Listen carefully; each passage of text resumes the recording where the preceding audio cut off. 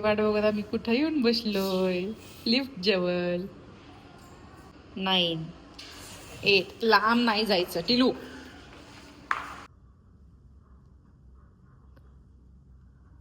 Madam पण आल्यात. लागेल बाळ. मॅडम शिवाय दुकानाचं काम चालत नाही. असं काय नाहीये, तुम्ही चालवताच म्हणा.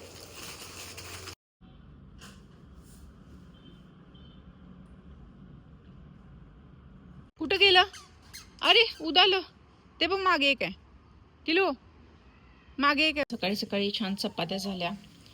टोमॅटोची चटणी केली आहे बघा. खूप छान भाजी झाली आहे. आणि हॅलो नमस्कार गुड मॉर्निंग. पुन्हा एकदा स्वागत आहे तुमचं नवीन ब्लॉगमध्ये. तर ऑलमोस्ट आता सकाळचे 9:15 झालेले आहेत.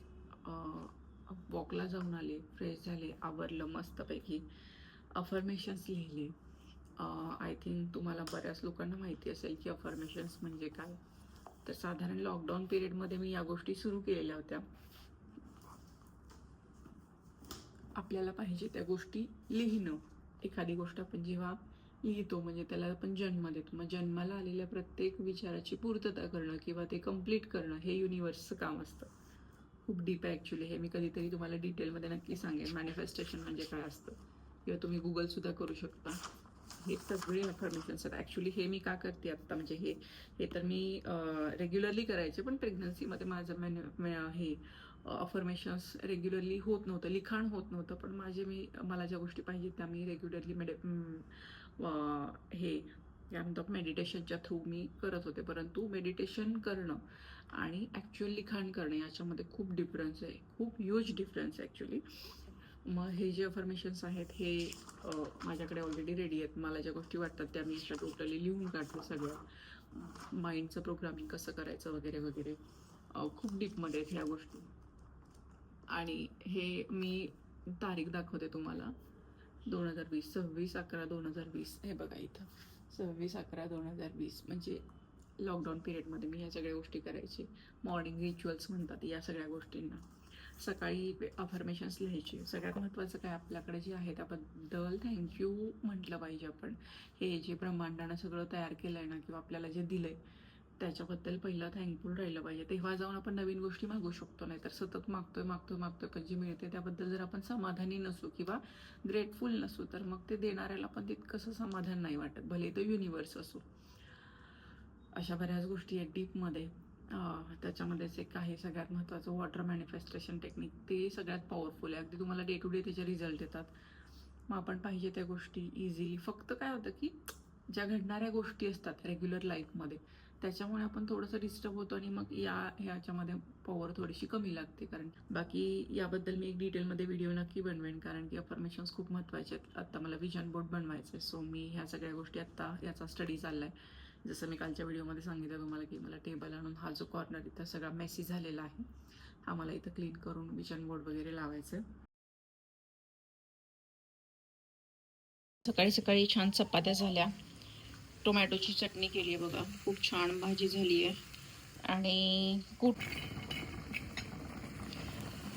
आणि कुकर लावलाय, त्यामध्ये भात आणि बटाटे लावलेत. टिलू आणि टिलूचं डॅडी मस्त फिरतायत.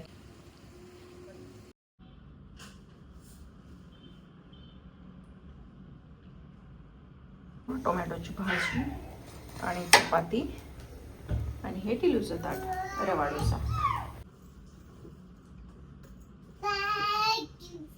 आता वाजले दुपारची 3 आणि उद्या शूट आहे. सो आम्ही आत्ता सगळा स्टॉक घेऊन चाललोय शॉपमध्ये.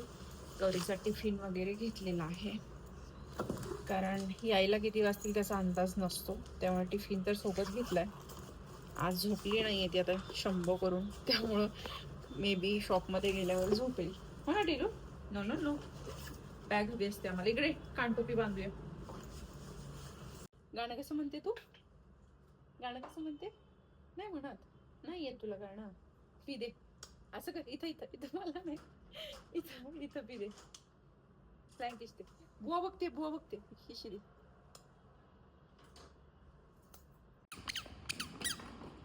कबूतर पकडायचे. कबूतर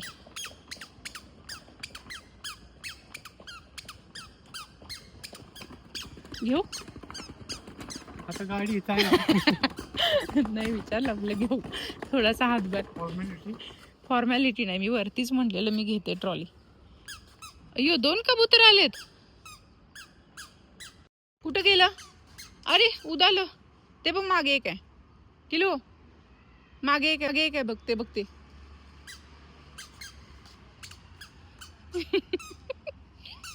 कुठे गेलं? बोलो बोलो कबूतरला बोलो बोलो.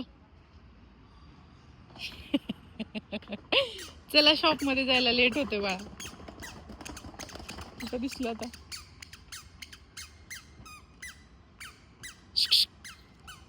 चल पिपीत कोण बसणार?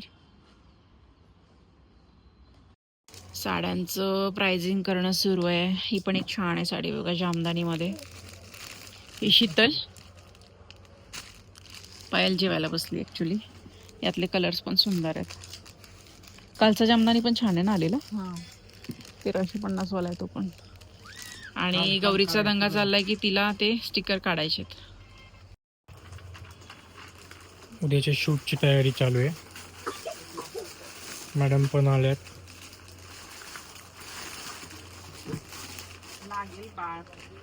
मॅडम शिवाय दुकानाचं काम चालत नाही. असं काय नाही, तुम्ही चालवताच.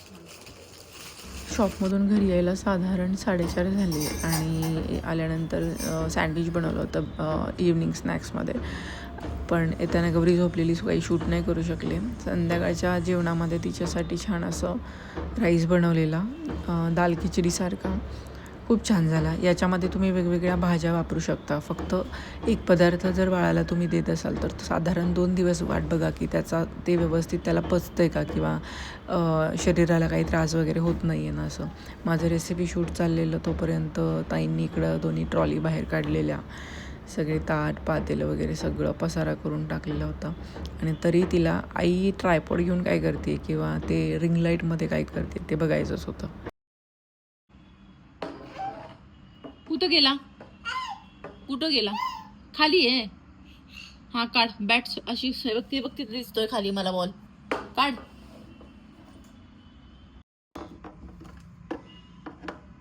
येणार आहे आता. हाक मार, तू हाक मार मग येणार. हाक मार. 1 2 3 4 5 6 7 8 9 10. वाट बघत आम्ही कुठं येऊन बसलोय, लिफ्ट जवळ. शी, हात लावायचा नाही कशाला पण. आता 10 काउंट कर. 10 9 8. लांब नाही जायचं टिलू.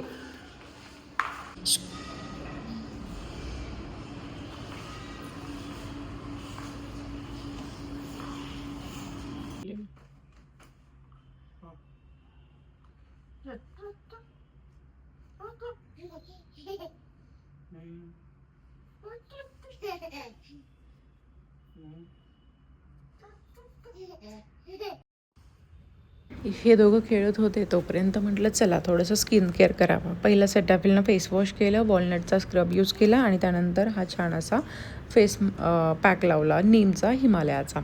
रिझल्ट काही असा होता. नेक्स्ट डे शॉपचं शूट होतं, त्याच्यामुळे थोडंसं हे स्किन केअर सुरू होतं, कारण की यूट्यूबसाठी शॉपचं काही शूट करायचं होतं. त्यामुळे म्हटलं चला आवरूया, कारण की स्पेसिफिक ऑकेजन असल्याशिवाय स्वतःला तेवढं तितकंसं पॅम्परिंग करणं पॉसिबलच होत नाही. आणि सर आल्यामुळं मला थोडासा रिलीफ मिळाला, नाही तर मग गौरीने हे काही करू दिलं नसतं. साधारण 15 मिनटं जेव्हा आपण जी कुठली तुम्ही प्रोसेस कराल ना, साधारण एक 10 ते 15 मिनटं त्या प्रोसेसला दिले पाहिजेत, कारण की त्याची क्रीम असतात ते ॲब्सॉर्ब झाल्या पाहिजेत. त्यानंतर मी विटॅमिन सीचा गार्नियरचा फेस मास्क लावला. याच्यामध्ये पण प्रोसेस काय महत्त्वाची असेल तर मसाज. आपण क्रीम कुठलीही लावा, तुम्ही तुमच्या स्किनला ज्या सूट होतात त्या क्रीम यूज केल्या तरी चालतील. फक्त की सगळ्या प्रोसेसमध्ये महत्त्वाचं काय असेल तो छान असा जेंटल मसाज आपल्या स्किनला झाला पाहिजे, तेव्हा जाऊन ते प्रोडक्ट्स आहेत ते छान स्किनमध्ये ॲब्सॉर्ब होतात. तर छान असं 10-15 मिनटं मी हे मास्क ठेवलं आणि मग काय घरातली थोडीफार कामं केली. आणि त्यानंतर ते मास्क जेव्हा आपण रिमूव्ह करतो तेव्हा ते पूर्ण प्रॉपर मसाज करून घ्यायचं आहे. ते जे जेल आहे ते सगळं स्किनमध्ये ॲब्सॉर्ब झालं पाहिजे. आणि फेस वॉश नाही करायचा. तुम्ही जर घरी छान स्किन केअर करत असाल तर बेस्ट वे मास्क कधीही वापरणार असाल तर संध्याकाळचं वापरा, जेणेकरून दिवसभरामध्ये कसं आपल्याकडून प्रॉपर रेस्ट होत नाही. सो संध्याकाळी हे मास्क लावून मसाज करून नंतर रिलॅक्स झोप पण छान लागते. सहसा माझं साड्यांमध्ये जास्त कन्फ्युजन नसतं, परंतु असं चाललेलं की डार्क शेड जर नेसला तर तो जास्त छान दिसेल. त्यामुळे या 2 साड्या मी सिलेक्ट केलेल्या होत्या. ब्लू साडी आहे ती मी जस्ट घेतली आत्ता भाचीच्या बारशासाठी, आणि ही जी पिंक साडी आहे ही दादाच्या लग्नातली आहे. साधारण या साडीला 5-5.5 वर्ष झाली असतील, आणि त्याचा ब्लाऊज खूप छान आहे, मी स्वतः तयार केलेला होता. फक्त की हा शेड आत्ता वेअर करू की नको असं चाललेलं. फायनली ब्लू साडी मी डिसाईड केली की ती साडी नेसूया.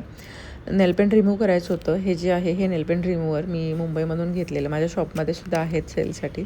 खूप भारी आहे, आणि ह्याच्यामध्ये सगळं नेलपेंट रिमूव्हरचं जे आपण लिक्विड असतं ते आहे पूर्ण. त्याच्यामध्ये आतमध्ये स्पंज आहे. फक्त तुम्ही बोट आतमध्ये तसं फिरवायचं. नेल पेंटचा जो पार्ट आहे तो फक्त आतमध्ये असं गोल गोल गोल फिरवायचं. लगेच एक 4 ते 5 सेकंदामध्ये छान असं नेलपेंट रिमूव्ह होतं. खूप युजफुल आहे.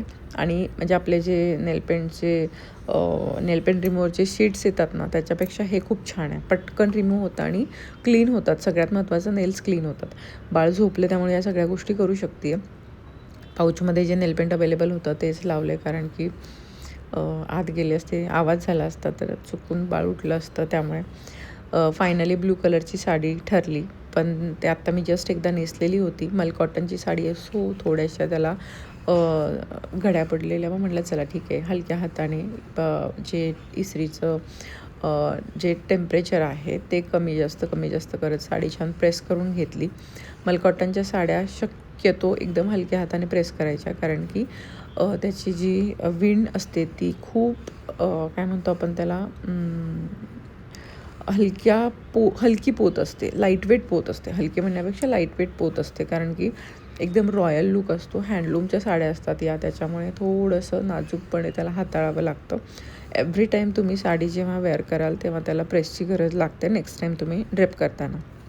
सगळं आवरलं, साडी वगैरे छान रेडी करून ठेवलं, कारण की सकाळी जर गौरी उठायच्या आधी मी जर शॉपला गेले तर मला तिला डिस्टर्ब होऊ नये म्हणून छान असं आवरून ठेवलं. झोपायला साधारण 1 वाजलाच. चला भेटूया पुढच्या ब्लॉगमध्ये. तोपर्यंत चॅनलला सबस्क्राईब नक्की करा, पेजला फॉलो देखील.